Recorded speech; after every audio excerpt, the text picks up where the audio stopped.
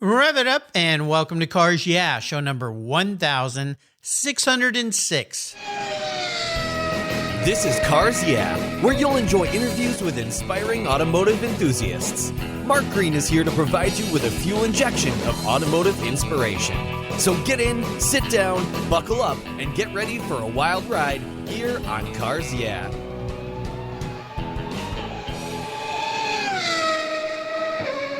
Hello, inspiring automotive enthusiasts, and welcome to Cars Yeah. I'm revved up and so excited to share with you today a very special guest calling in from a hot and humid Ocala, Florida, Rick Schmidt. Rick Schmidt is the Vice President and Chief Operating Officer at National Parts Depot, known as NPD. Stands for one of the largest restoration parts suppliers in the world. They specialize in classic Ford and GM vehicles and have 4 locations nationwide offering 12 different retail parts catalogs with thousands of parts for your collector and classic cars. Back when I had my old Mustang, I bought a few parts from them. They were great. Rick's father founded the company in 1976. Oh my, that's the year I graduated from high school. That was a while ago. Selling parts from 1955 and 57 Ford Thunderbirds out of his basement. And you know what? Rick was only 9 at the time, and over the years, he's worked pretty much every job there is in the company. Along the way, Rick's assembled an eclectic collection of over 200 cars, holy cow, and trucks, mostly American, made ranging from 1903, and most of these are unrestored, low-mile survivor vehicles. We'll be back in a minute to talk with Rick and NPD about all the fun he's having with old cars, but first, a word from our valued sponsors that make Cars Yeah possible, so keep your seatbelt on. We'll be right back. The most damaging thing to your vehicle's interior isn't that drink your kid spilled in the back seat. It's the sun. Harsh UV rays damage your interior over time. They crack your dash, they fade the colors inside your car, and the heat makes getting into your favorite ride downright unbearable. My friends at Covercraft have the perfect solution for you. Their sunscreens are easy to use, they take seconds to install, and they protect your vehicle while parked in the harsh sun. They fold up easily and store away for those times you don't want to use your car cover. I have one for every one of my vehicles, and you should too. They come in a variety of colors and options, feature an accordion design that makes unfolding and folding them up a breeze. Want to give a gift that keeps on giving? Buy a sunscreen for your family members and your friends. They're custom made and fit almost any vehicle. Check out covercraft.com for a huge number of styles, colors, and options that you're sure to love. And I've got a deal for you. If you use the code YEAH120, that's YEAH120 at covercraft.com, you get 10% off your Covercraft order. Go to covercraft.com and use the code YEAH120 at checkout, and you've got a deal. That's covercraft.com. Use the code YEAH120 at checkout. Covercraft, they've got you covered. Get your sunscreen today. You'll thank me for it later. The 4th annual Saratoga Motor Car Auction will take place on Friday, September 18th and Saturday, September 19th. It will be held at the Saratoga Performing Arts Center in the beautiful Saratoga Spa State Park, located in upstate New York. Presented by the Saratoga Automobile Museum, a not-for-profit institution, this live event continues to be the premier collector car auction for the northeastern United States. Proceeds from the auctions help support the museum's educational programs and exhibits that engage, educate, and inspire the automotive community. To consign your vehicle, view current inventory, and register to bid, visit SaratogaMotorCarAuctions.org. There you can learn how finance partner JJ Best Bank and insurer partner Hagerty can help put you in your dream vehicle. That's SaratogaMotorCarAuctions.org. Hey, Mark Green here. I want to invite you to a virtual wine tasting event that I'm hosting on Thursday, August 6th at 5 p.m. Pacific Daylight Time. You've heard me talk about Adobe Road Winery's The Racing Series here on Cars Yeah. Well, I've invited some of my fellow automotive enthusiasts and past Cars Yeah guests to this very special exclusive event, and I'm inviting you too. McKeel Hagerty and Wayne Carini will be there to share their love of classic cars. Racer Lynn St. James provides her insights on racing during these crazy pandemic times and the challenges of choosing a best of show from Jeff Love and David Lillywhite, editors of Magneto. They'll be talking about their virtual concours. When you purchase 2 bottles of the Racing Series, you'll get a private invitation to this exclusive Zoom event that centers at Adobe Road Winery, where vintner and endurance racer Kevin Buckler and his winemaker Garrett Martin will share the secrets to their unique Racing Series wines. Having enjoyed these delicious blends, I promise you, you will love the Racing Series. Your purchase of 2 bottles from the Racing Series gets you in the virtual door. Use the code UNICEF, UNICEF, all one word in all caps when you check out, and you'll get 10% off your purchase of any wine from the Racing Series. And Adobe Road will be giving 10%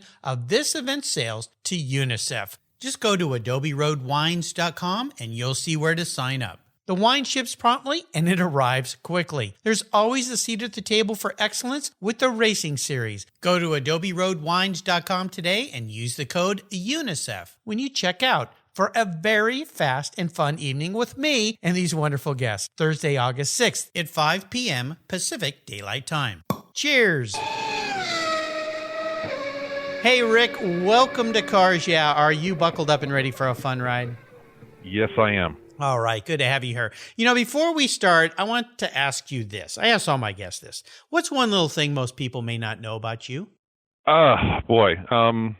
I'm not that exciting or unique of an individual. I don't believe you. I don't believe that for one bit. After interviewing 1,600 people, everybody is special. Everybody's unique. There's got to be one little secret. I guess for a guy who lives in Florida and who's in his 50s, I always feel like I'm kind of unique when I'm out snowboarding in Colorado around all the other kids who are snowboarding. Yeah. But that's the way I prefer to do it. I'm a big snowboarding fan, so maybe that's something that nobody else knows about me. Yeah, well, not too much snowboarding in Florida, that's for sure. No, you have to get pulled behind a boat, and the snow's all melted. Yeah, well, that's a fun way to go snowboarding for sure. Well, that's pretty cool. In our pre-show chat, Rick and I were talking a little bit about the fact that he's been out here to the Pacific Northwest to the All Mustang Roundup, and you kind of enjoyed our atmosphere out here a little bit, right? Not too much heat? Oh, I love it out there. I wish I was there right now.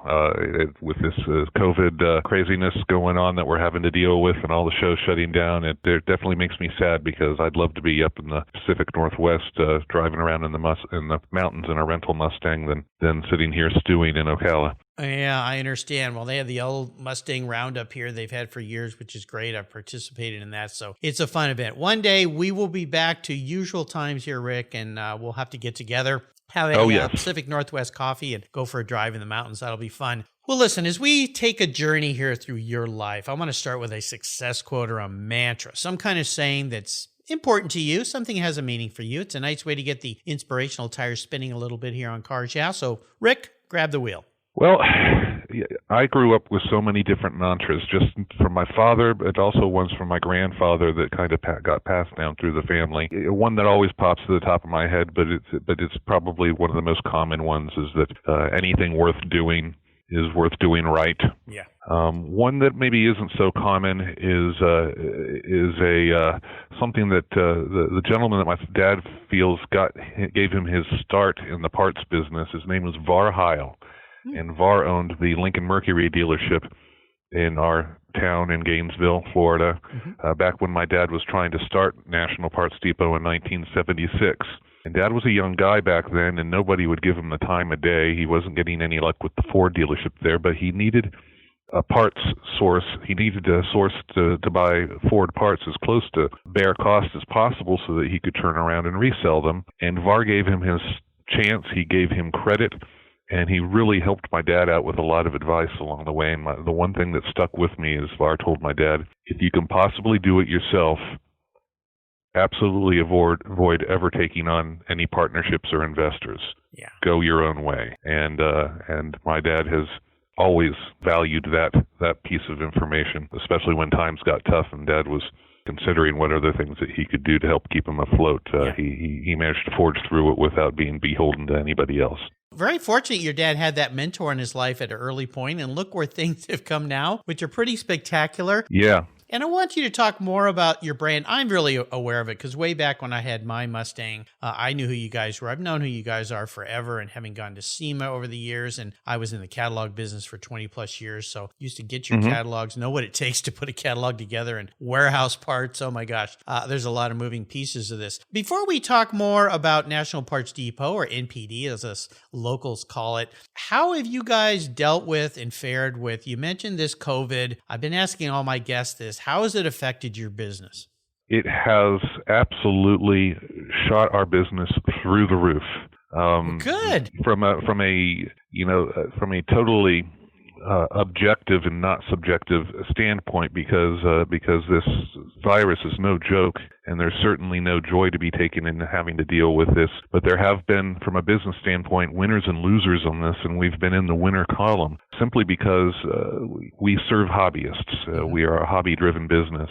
And all of our customers, all of a sudden, and even people who weren't our customers prior, all these stay-at-home orders and all these situations where people have been sitting at home waiting for this virus to pass, they've been looking for something to do. And the typical answer is the project out in the garage that they've been procrastinating for months, if not years.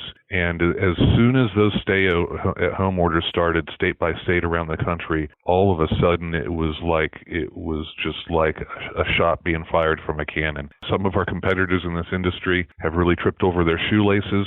Some have been, unfortunately, headquarters in areas where they haven't even been able to operate. And by some measure of fantastic luck and maybe grace from above, we have been able to safely and with a healthy crew and with all proper procedures put into place, we've been able to continue to operate at 100%. So we have just been chugging as fast as we can to get parts to our customers so that they can stay busy on their cars while they're stuck at home. I'm so happy to hear that. Oh my gosh. And now, even in the summer when much of the northern part of the country is kind of reopened and going back to work and everything, it's still burning strong. I think that when I first told you that it caused people to get themselves going on things that they've been procrastinating, it's human nature that once you get over that first hump and you really start making some progress again, that it's contagious and that it builds upon yourself, and you're like, get excited, I can do this. So the parts orders just keep coming in and keep coming in. So my employees are smiling, they're busy, they love it.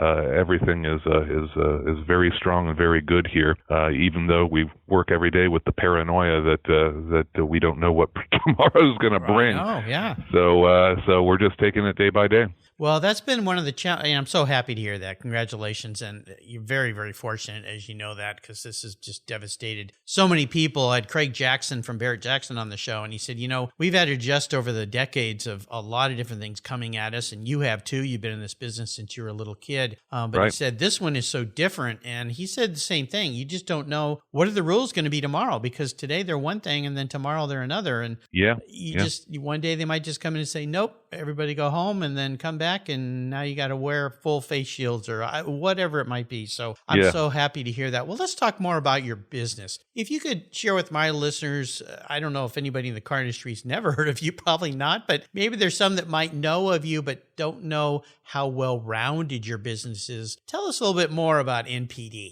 Well, we sell restoration parts, and restoration parts is anything and everything that can assist you, from parts to the tools to do it and the materials to do it.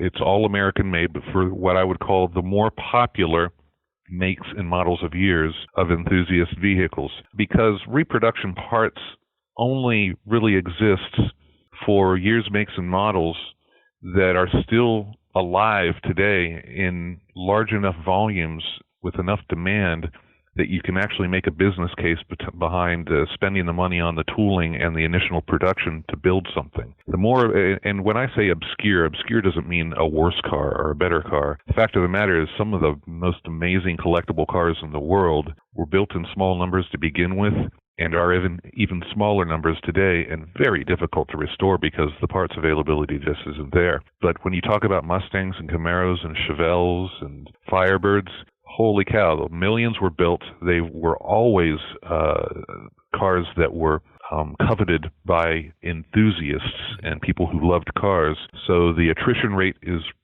relatively low. They made it in large numbers to present day. Well, they made it through the 70s, and the gas crunch when a whole lot of really great iron went to its death in junkyards. Yeah. And from the 80s forward, I mean, my dad started out with 55-7 Thunderbird parts because that was what he loved and what he knew. He had been driving a 57 Thunderbird since he was in high school. Oh, cool. And he had restored that car and another car in the 60s, so he really knew his Thunderbirds. But while Thunderbirds were popular and the parts business was good, as soon as he came up on plane and realized he could make a living selling parts, he thought to himself, what's going to be the next big thing? What can I get the biggest bang of my buck for my effort on? And he immediately came up with the early Mustangs. And that was the most brilliant decision he could have ever made, because that's really what built the foundation of what is today modern day, because those classic Mustangs, Ford sold them like hotcakes. So many of them made it into the modern day, and you can build one from the ground up out of reproduction parts. So, but we have Mustang. Then we went to, we're not, people go, oh, you're Ford guys. No, we're car guys. And then as soon as Dad would get done with one catalog project, he'd look to the other, and the next one that he did was Chevelles, and then Camaros. And then, of course, since their platforms are shared, we did Firebird and we did GTO. We got into pickup trucks, and we've got parts for both Chevrolet and Ford pickup trucks. And, what else are we doing? We're still doing the T-Bird parts. You guys do everything. We have a Bronco catalog. Well, Broncos, we kind of dipped our toes. We thought we back, wanted to get into the Mopar market, and there is a Mopar link on our site, but I can just be honest. We were too little too late. I bought a small Mopar business thinking that I could build upon that catalog, and I was naive. I didn't do my due diligence. I didn't realize how complicated, complex, and vast the research is to do a proper job with Mopar. And by that time, I already had a couple other big companies that had already done a very, very smart and thorough job of it. And at that point, it just, if we jumped into that pie, our little slice of the pie would just, make their lives worse and my life worse. So the Mopar thing, we're just trying to sell off the stock that we've got. Nothing against Mopars either.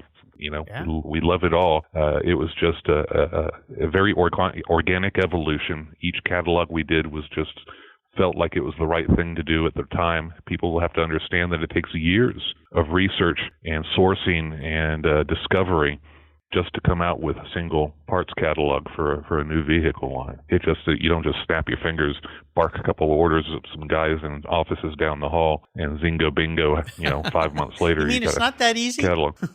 You can do it that easy, and some have done it that easy, but let me tell you, it's not the right way to go about it. Right. And we do all of our research. We don't just pick it out of the parts store databases and believe what that research is, because it's very much faulty. So we've always tried to do our research from the ground up out of the factory texts, and then use that as the framework and go from there. Yeah, it's pretty phenomenal. And you also have tools, accessories, you have gifts, apparel, literature, phenomenal business. I always ask my guests about a challenge or a failure they face along the way. And it's really more about the learning lesson. So perhaps another person listening out there who's going through something realizes, okay, I'm going to get through this fine. Before I have you dive into something serious, though, a little bird told me a story that when your dad started this business out of the garage, that you actually were the guy that answered the first phone call. And I believe, as I was told, you were said, sorry, you got the wrong number. There's no company like that here. Is that really true? Is that what happened?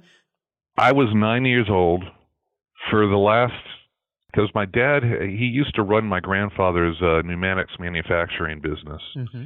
And him and my grandfather parted ways, I think, around 1974. And Dad built a machine shop in the basement and started doing piecework for my grandfather at home.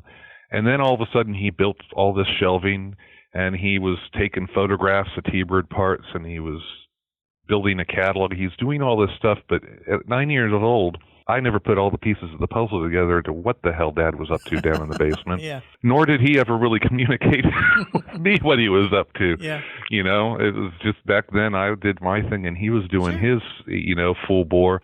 So all of a sudden this telephone line that had been put in the office of our home, and that office was only 25 feet away from our dining room table, and we're all sitting down eating dinner. And all of a sudden the phone rings, and as a kid, I always liked to answer the phone. Sure. Phone rings, I answer it. So it was the new phone that had gone in the office. So I'd jump up, before Dad could do anything, I'd jump out of my seat, run over there. Guy answers the phone, I answered the phone, hello, and the guy said, is this National Parts Depot? And of course, yeah, I said, no, I think you've got the wrong number. Oh, no. And I hung up the phone, I go back to the table, some guy, wrong number, calling for National Parts Depot. My dad's eyes looked like pie plates. Yeah. And immediately after that, the phone rang again because the guy gave it another try, thinking maybe he fat fingered the dialing or something. Yeah. So Dad got the order, but I hung up on the first customer. Isn't that funny? Well, let's talk about maybe a more serious challenge that you faced, something that taught you a different lesson. If you can walk us through something, but more importantly, what was the lesson learned there? So take us on a little journey. Oh boy, I know what my biggest challenge is, and it still continues to be my challenge. And I haven't thought of what the lesson is that I've learned yet. But we grew this company in the 80s and the 90s before there was an internet, and we grew it the traditional way and the right way, where all of our data was standardized, all descriptions had a format, and it was all verbatim out of Ford and General Motors parts texts. And if you've ever been a parts man in a parts department, you would know that the descriptions are written in a certain order, and it's all standardized, and it's all the same for a certain category of parts. And so that's how we built, and we're talking tens of thousands of records. In fact, right now we're up to 125,000 different SKUs that we have to manage. Along comes the internet, which changes the way that you're supposed to describe things and the way that you're supposed to list the applications, and turns it upside down and on its head. And now the correct way of doing it is to do it in a conversant way, such that the Google search engine optimization will pick up people's searches, and when people search for things, they do it the way that they would speak. They use a lot of slang. They misspell stuff. But if you're if your products aren't pinging on that Google search engine, you're dead in the water. Not only that, I always thought when our competitors started to put their stuff online and trying to sell online, I was like, this is insanity, because there is so many mud holes and potholes that enthusiasts will step in because they're just not aware of what they're doing and what the compatibilities are between this part and that part, and whether or not their build date was before or after a certain time. I always thought to myself, this is too complex of stuff to be selling without having a human conversation, a back and forth exchange, asking questions about your car and everything else. I always was adamant that selling on the internet was beneath our standards, and that our customers deserved better than that, and that we were not going to lead them like a Pied Piper to a very compromised, lousy way to order restoration parts. You really need to get it on the phone, make a phone call, and talk to a professional who knows their parts and can help you out. Anyhow, I was wrong. Yeah, the world kind of flipped its rules on you, didn't it? I was wrong, but I will say to this very day, July 2020, that I wasn't 100% wrong.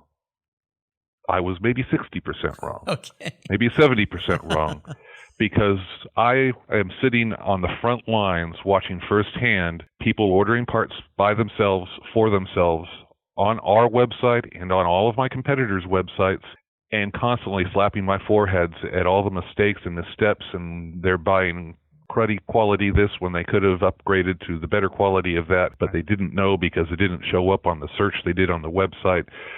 I have a front row seat to the chaos that is people ordering their parts online, and hobbyists these days go through so much more heartache because of what they don't know about the parts business and all the different events.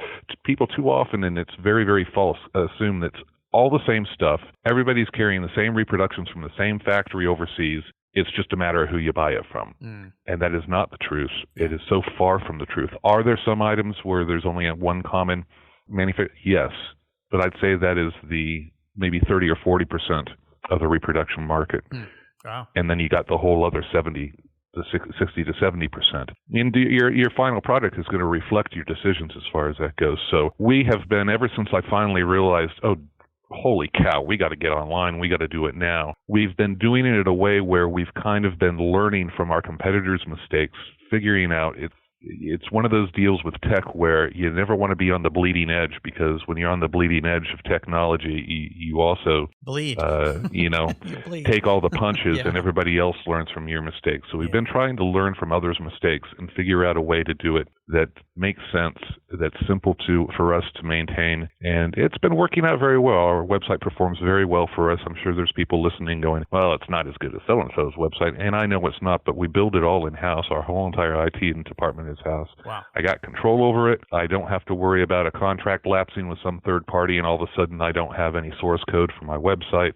We do have control, but that's been my biggest challenge, is making this business, which was so customer service in my mind, was so customer service critical, and doing it facelessly on a website. And we're still working with that. I still think that if people would have a paper catalog in front of them and be talking to somebody on the phone, their experience would be, they would be shocked at how much they're missing while they're just sitting there staring at pictures online. Yeah, boy, the world has changed. That's for sure. So having done a catalog before and gone through that, in my case with the car care industry, and trying to help people understand how to properly use car care products and select which ones work for them, without that interaction, I understand 100%. It was very painful as well. Well, I appreciate you walking us through that. Life's a learning adventure, that's for sure. And we're learning every day. So every day gets a little bit better, and then they change the rules on us. So that's the way it goes. We're going to take a short break, catch our breath here, and when we come back, I'm going to talk a little bit with you about your personal passion for cars, your involvement with vehicles. So sit tight, and we'll be right back.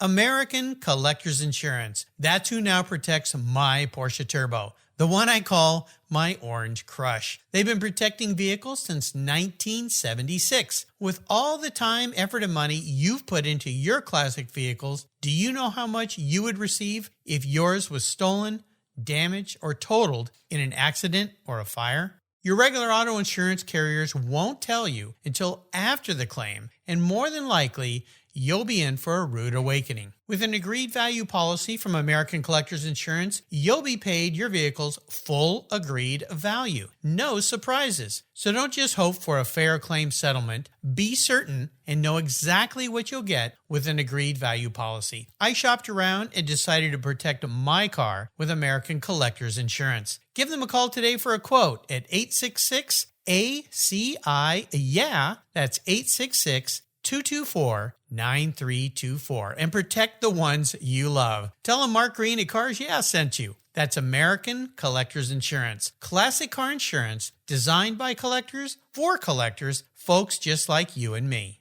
My favorite collector car magazine is Keith Martin's Sports Car Market. I've been a subscriber for decades. Sports Car Market is the Wall Street Journal for enthusiasts and collectors. It's your monthly must-read. Whether you dream of owning a collector car, maybe you have two, or maybe you've got 200. Sports Car Market has been around for 31 years, and it's filled with valuable articles, intelligent write-ups, and the latest auction sales. Go to sportscarmarket.com and subscribe today. And don't miss my weekly podcast with Keith Martin titled Buy, Sell, Hold. It's the essence of collecting. We talk to the movers and shakers in the collector car world. Here's a couple deals I have for you just for listening here on Cars Yeah. If you use the checkout code Cars Yeah, you'll receive a 50% discount on your digital subscription at Sports Car Market. That's an exclusive offer from Cars Yeah. And guess what? Here's another deal. If you'd like to get the actual magazine, use the code BSH for Buy, Sell, Hold. That's code BSH, and you'll get $10 off your annual print subscription. That's right, $10 off. Both of these are exclusive offers here at Cars Yeah for Sports Car Market Magazine. Just go to sportscarmarket.com and get your deals today. Let's step away from the conversation to talk about our charity of choice here at Cars Yeah, America's Automotive Trust.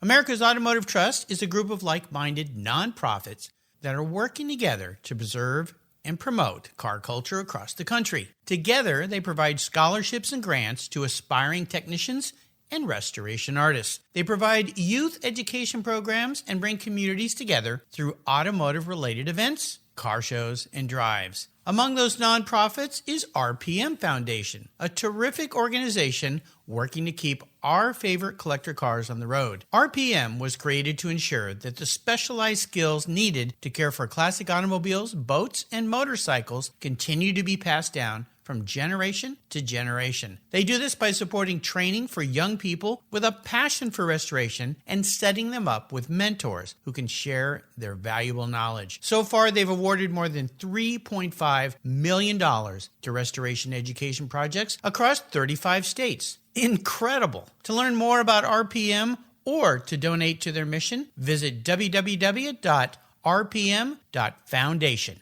You'll be glad you did. Okay, Rick, we're back.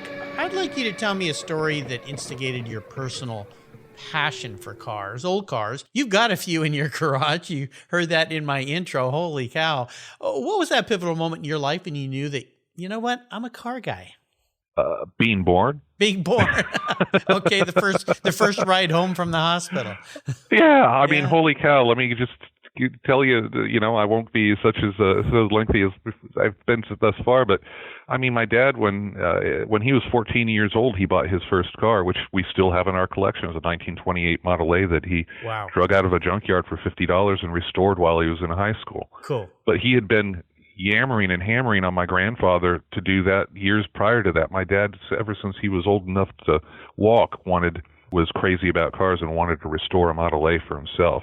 So, going on forward, he got into the T-Birds. He was a car guy all through the 60s. I was born in 1967, driven home from the hospital in a 1967 GTO. The other car in the family was a 67 Riviera. And all through my entire life, from the day I was born forward, I was going to car shows with the family, watching Dad buy cool cars, and sometimes, all times, having to sell them, because back then we didn't have the idea of collecting was a pipe dream, not a reality. Yeah. But ever since I could remember, I was one of those kids who prided himself in being able to recognize the year, make, and model of any car on the road at night, just by looking at the taillights glow. Yeah. And that was kind of how it was. Everywhere we were going, I was in the back seat daydreaming about the cars that were around me, looking out the window to see if I could see something exciting.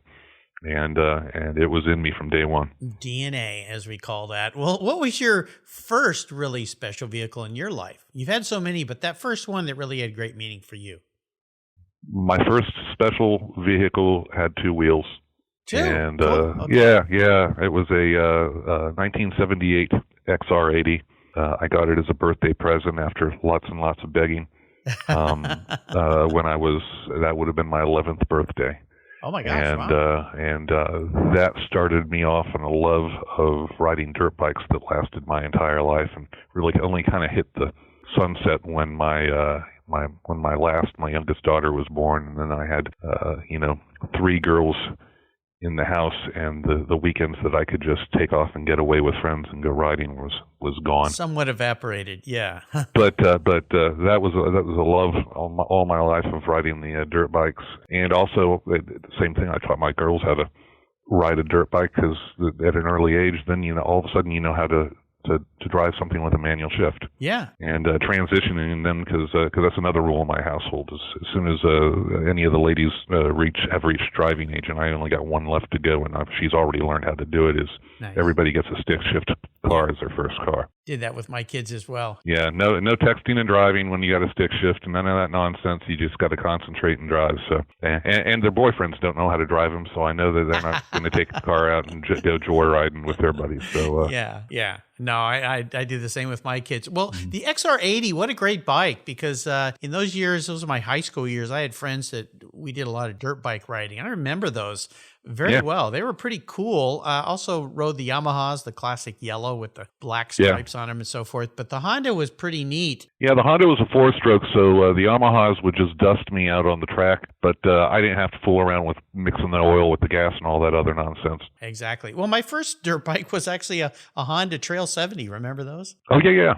Yeah, my dad and mom bought my sister and I each one. We used to go to Mexico, and we'd ride them up and down the beach until we'd run out of gas, and made that mistake once when I was probably 3 miles down the beach and it died. Yep. Luckily, my sister brought me back some gas. But yeah, the XR80, what a cool bike. Well, here's a bit of an introspective question. I know you've been on a podcast and you've been in interviews before, but I'll bet nobody's ever asked you this. If you woke up tomorrow and you were manifest as a vehicle, could be a bike, could be a car, a truck, whatever it might be, not what you want to be, but how you perceive yourself as that vehicle, what would Rick Schmidt be and why? Oh boy. You answer this question, you really run the risk of being perceived as a huge narcissist, because if the vehicle is some fast, sexy, beautiful, valuable just displays thing, a lot of confidence, Rick. That's all. No harm, no foul. I have a very soft spot in my heart, and I just think, and I don't think it's being too boastful about myself, but I think it's a 67 GTO. Oh, goat. Okay. Yeah, 1967. I was driven home from the hospital, and to this day, I've got a beautiful Tyrol Blue H04 Speed 1. They're an attractive car, but they're also a car that can do everything. It's got a big trunk, so it's practical. It's got nice rear seats for taking friends places. It goes like hell. Those cars handled really great for their time. That A-body platform, GM platform, was fantastic. There's not a bad thing that you can say about a 67 GTO. It's not the best at any one thing, but it's pretty good over the entire range of ways you measure things, and that's hopefully how I feel that I would be, judged when I'm gone. Yeah, and I don't think that's boastful. I think that's a good answer. So very well thought through. All right, we are entering what I call the last lap. I'm going to fire off a series of questions. Have you give us some quick blips of that GTO throttle? Oh, they sound so good. So here we go. Would you share one of your personal habits you believe has contributed to your many successes in life over the years? Try my best to be pleasant to others. Nice. I've found in business that no matter how cheap the price is or good the quality of the parts, that if people think you're an asshole, they're going to go somewhere else. So I really try to do my best to where people hopefully think that I'm a pretty good guy too. Well, there's a lot to be said for the golden rule: do unto others as you would have them do unto you. If the whole world would do that, right, I think we'd all be a lot happier. That's for sure. True. How about if I could arrange for you to have a drink or a meal with anyone in the automotive industry, living or deceased? Who would that individual be and why? That's simple for me. I would go big. Henry Ford. Okay, yeah, there you go. Yeah. I don't think there's anybody who was more of a maverick, more of an intellectual, more quotes that were just brilliant than that guy. Yeah, incredible what he did. That's the most, that answer is what I hear the most from everybody. The second most is Carroll Shelby. So there's another Ford guy. Yeah. Right? Yeah. So there you go. How about the best automotive advice someone else has ever offered you? What would that be? It's kind of a tie, but it also ties to the same, goal is always buy the best quality that you can afford. Yeah. And also always beware what you can't see. Yeah. So much, because having amassed a collection of over 200 vehicles, believe me, I've been bitten a few times by what I couldn't see, and that's really what happens. That's why my father loves the very ultra low mile unrestored survivor vehicles, because the factory did a great job. You buy a restored car, it might have trophies that fill the trunk. It might have won this national show and that Concours, but man, once you have something that you need to fix and you start pulling things apart and see what people left behind or botched together underneath the shiny paint and the beautiful show chrome, and it just makes you cry. So beware what you can't see. My son spent a summer working in a restoration shop when he was in high school, and they had him working on a Daytona Ferrari. Now, he never worked on anything before, and he came home and he goes, well, today they told me to just start taking the headlight buckets out of the front of this car. And I said, well, you've never done that. How'd you do it? And he goes, well, I asked my boss, and he just said, well, just do it. And so I just started doing it. But he made the comment, he said, I don't know what those Italians were thinking when they built this car, but it sure looks pretty on the outside. But when you get under the skin, oh my gosh, it was a joke. He said one side didn't match the other and the welds were all really bad. And he said, I couldn't believe how bad it was under there. And I said, well, beauty's only skin deep sometimes. So there you go. Well, how about a resource? There's so many great resources these days. I'm guessing a really great resource would be National Parts Depot. Of course, that's where I went when I had my American car. Is there another go-to for you? Maybe it's an app, a podcast, I don't know, something you seem to go to over and over. It could even be a person in your life. All these, and it's kind of an old print thing, but they're also got a brilliant site. But, Hemmings Motor News, anybody who doesn't know what Hemmings Motor News is, has been missing out on what's always been described as the encyclopedia of the car hobby. Sure. So I think Hemmings is I'll toss them a bone there and say that Hemmings is a hell of a resource that if people aren't dialed into it, they should.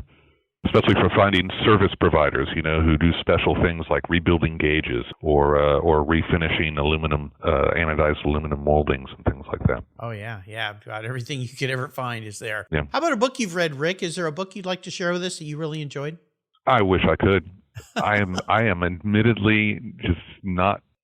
I do enjoy reading. I just don't find the time for it. Yeah, and I understand. I just don't find the time for it where I can have 2 or 3 quiet hours, uninterrupted hours, to where I can open up a book and start going. I just ordered a book today, though, that I'm going to burn through one way or the other just because I heard the interview on it, and it's right up my alley. It's in the new book from Adam Carolla that's titled, what is it titled? I'm your worst nightmare or something like that? No.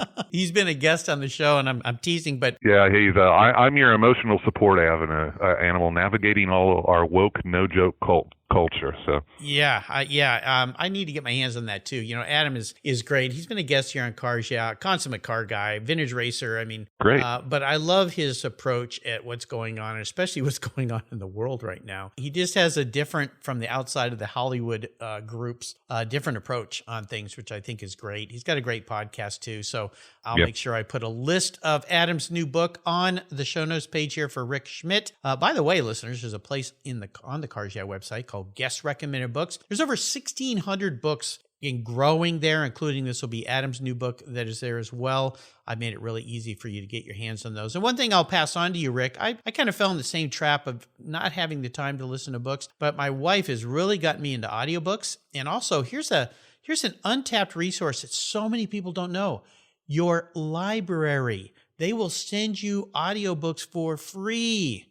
Any book you want. I did not know that. Yes, my wife gets. That's cool. She gets a new book every day. She's all. I thought it was because she didn't want to listen to me. She's got earbuds in her ears. She listens to books all the time. She has a backlog. If they don't have a book you want, you request it. They go get it, and it's all free. Your taxes are already paying for it. So support your local libraries. It's incredible, and you can get videos from them too for free. So there's your big tip for the day. So Rick, you can find any book you want from your local library. Great place. Yeah, I'm going to have to pass that on to my wife. There you go. Absolutely. And she won't listen to you anymore like mine, but maybe that's a good thing sometimes. I don't know. Well, and plus you've got 3 other women in the house. So bless you, my friend. Yes. Yes, that's a challenge. Yeah, I'm making it though. There you go. That's all you can do. Oh, you're very fortunate. I have a daughter. Girls are great. Little girls are great. They'll always be our little girls. All right. We're up to the checkered flag here. This last question. This is going to be a tough one maybe for you. It's because of the rules I applied to it. I'm going to buy you any cool collector vehicle in the world. If you want that old XR80, I'll buy you one. If you want a Duesenberg, I'll buy you one. Whatever you'd like to have. But here's the kicker. You can only have one cool collector car. So those 200, they all go away, and you have to find one vehicle that ticks all the boxes for you. You can't sell it to buy back the 200 cars with. So that little trick's off the table. What can I buy you today, Rick? How could you narrow down a collector car in your world? That's not an easy challenge for a guy who likes variety like me, a guy who, is driving something different just because I got to exercise this stuff almost on a every other day basis. Sure. Just one. Yeah. We'll just say for today. I tell you, I'm going to give you 2 different choices because I've got one, I'll call it a bucket list dream of a car that is completely irrelevant and not in context with what I've collected all my life. And because I love variety and sometimes switching gears, I can just say that every time I've seen a beautifully colored and restored one of these at a show, I really lust after them. Oh, yeah? Is a 50s era Mercedes 300 SL. Oh, yeah. And probably the Roadster, because the gull wings look a little bit claustrophobic and hot. Yes. So, a Mercedes 300 SL Roadster, because from what I have read and heard from everybody, not only is it a beautiful thing to look at, but they are just mechanically works of art and awesome to drive, and they just do everything well, because if I got to live with it the rest of my life, then I want to be able to enjoy it when I'm out on the road. Yeah. Now, if I wanted to get into something more practical or stick with the American-made thing and forget about the fact that the Roadster is something, in the millions of dollars, there's so many cliche, wow, I'd use a big block Corvette or something like that. I would go for a car that's so hard to find if you'd want to go find it. I want a 67 Riviera GS. All the options, power windows, air conditioning, everything, buckets, console, black with a parchment interior. Okay. I've always dreamed of if I found that car. I've got a really nice 10,000 original mile seafoam green Riviera, but I want a GS black with parchment interior. All right. In 30 years of looking, I haven't found the right car yet, so that's another one why I just throw it out there and say it's kind of a pipe dream. Yeah, well, I'll tell you, the Mercedes, I've had many people on this show, and I do a second podcast with Keith Martin called Buy, Sell, Hold, where we interview people who have careers in the automotive collecting world. They could be auction houses or collectors or people that buy and sell vintage cars. The car that keeps coming back when we ask them that question about a car that ticks all the boxes, that if you walked in the garage, you'd always pick that one to go drive, whether it's to Cars and Coffee or on a tour or a rally or to a car show. It's the SL. And the gull wing, of course, probably for Florida. They're pretty warm inside. Windows don't roll down at all. Right. But the Roadster is awesome. And what I hear from everybody, and I've driven a Roadster, I've been in a gull wing as a passenger, never got to drive one, but the Roadster's similar. They drive like a modern car almost, which is pretty phenomenal for a late 50s, early 60s SL, or any kind of vehicle for that matter. And they're just built like a tank. So I guess if we had to narrow it down today, I'm going to pick the Roadster for you, just because I'm kind of lean towards old European sports cars. That's kind of what I like. But I would rather that you buy the Roadster for me, and then I'll pay for the Riviera when I find it. Yeah, because I think the check's going to have a few more zeros on it, probably. No doubt. Yeah. Okay. Well, that's okay, because I offered to buy, so that's what I'll do for you. So, all right, I'll get to work on that for you. I've got a long drive from here down to Florida. You couldn't be further away from me, but that's okay. It'll be a cool drive. Lots of fun for sure, and I'm sure that Mercedes will get me there. Listen, Rick, you've given me a real fun ride today. I really enjoyed getting to know you better. I want to thank you for sharing your journey. Before I let you go, though, could you offer us one little parting piece of wisdom or guidance before you drive off into the sunset in either that 300 SL or that Riviera GS? Be honest with yourself. I think that's the best secret to success I know, is to, in the morning when you're staring at yourself in the mirror before you walk off to go to work, is to have that honest meeting with yourself and have some humility. Admit how you screwed up the day before and how are you going to make it better today. So there you go. I see an awful lot of people, running off on social media at the mouth about this, that, or the other thing, and I think more introspection these days would benefit everybody. Oh, yes. Hallelujah to that. Absolutely. Absolutely. Well, what's the best way for people to learn more about your business? Simple. Just go to our website. Either way, you can Google National Parts Depot. You can Google NPD. Just watch out, because there's still an active sliver of crazy Nazis in Germany that also use that same acronym. Okay. But you want the ones that are listed as the restoration parts. And our web address is NPD Link. The word link, L-I-N-K, all one word, npdlink.com, or just spell out the whole way, nationalpartsdepot.com. There you go. It'll take you to the same page. Oh, yeah, they're easy to find. Check it out. If you've got an old American car, you want to get into American cars, these are the guys you need to have on your quick dial, because they're going to have everything you need. It's all going to be great. It's going to be fantastic. Check it out. If you want to go there and see the number of parts they have, you better pour yourself a tall, long drink, because you're going to be there a while. There is a lot to offer at NPD, a link, nationalpartsdepot.com. Rick, thanks for being so generous today with your time and expertise, and for sharing your experiences with our listeners. I hope you stay healthy and well, my friend. Until we talk again, I'll see you down the road. Thank you, Mark. I just had a blast. It was a very enjoyable interview and spending time with you. This was fun. I appreciate it very much. Thank you. If you're listening to Cars Yeah, you've probably spent some time working on your favorite ride. But how confident are you working on your finances? You may be able to rebuild a fuel injection system, but can you decipher the details of a mutual fund? If you're like me, investments, insurance, annuities, budgeting, and other financial concepts may seem a bit daunting, but what if I told you there's a book that describes these subjects and more in an easy-to-read and a very humorous way? My friend Chris Kimball, CFP, a longtime sponsor and past guest here on Cars Yeah, has written that book, and it's titled The Saga of Ike and Penny, a couple's humorous journey through the confusing world of finance. It's a fun look at things you need to know, everything from investing to effective ways to get rid of credit card debt, and it's probably the only book on finance with a VMAX on the front cover and a classic Mini Cooper on the back. The book's available at Amazon for just $10, and this book will dramatically improve the direction of your financial future. I gave copies to each of my children. All securities are through Money Concepts Capital Corp. Christopher Kimball Financial Services is not affiliated with Money Concepts Capital Corp. Get your copy, The Saga of Ike and Penny, today. Thank you so much for joining us on today's ride here at Cars Yeah. Drive on over to carsyeah.com to find show notes and inspiring automotive fun. Download your free copy of Filler Up, a fun book filled with gorgeous photographs of fuel filler fun, including quotes from more inspiring automotive enthusiasts.